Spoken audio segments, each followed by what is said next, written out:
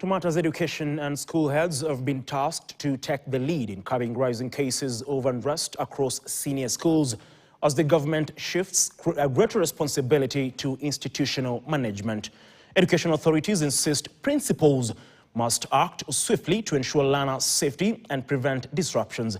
Now, even as concerns grow, the ministry maintains that the situation remains under control.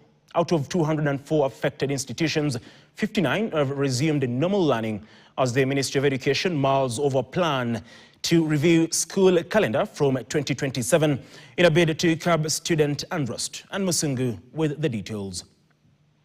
The government has pushed back the responsibility, shifted the burden of tackling school unrest to institutional heads, reminding principals that learner safety is both a legal obligation and a moral duty.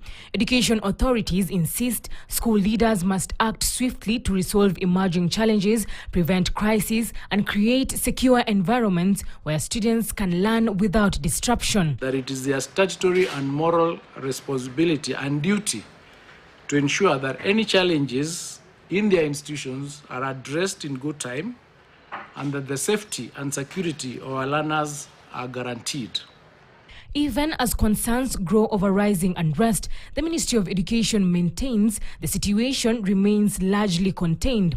Officials say only a small fraction of senior schools have experienced disturbance, with the vast majority operating normally. Of the 204 affected institutions, 59 schools have already reopened, while more continue resuming learning activities. Education officials attribute the unrest to a mix of factors, including weak leadership, examination pressure, poor boarding conditions, substance abuse, demanding school schedules, and peer influence. Authorities also point to copycat behavior, with some learners pushing for early closure of schools, fueling disruptions across institutions nationwide. In response to the surge in school unrest, the Ministry of Education is convening a multi-stakeholder forum to examine the root cause and propose lasting solutions. At the same time, the government plans to review the academic calendar from next year, shortening the lengthy second term to ease pressure on learners. Starting next academic year, the ministry shall rationalize the school calendar to ensure that the terms are balanced and that the second term is not as long as it's been.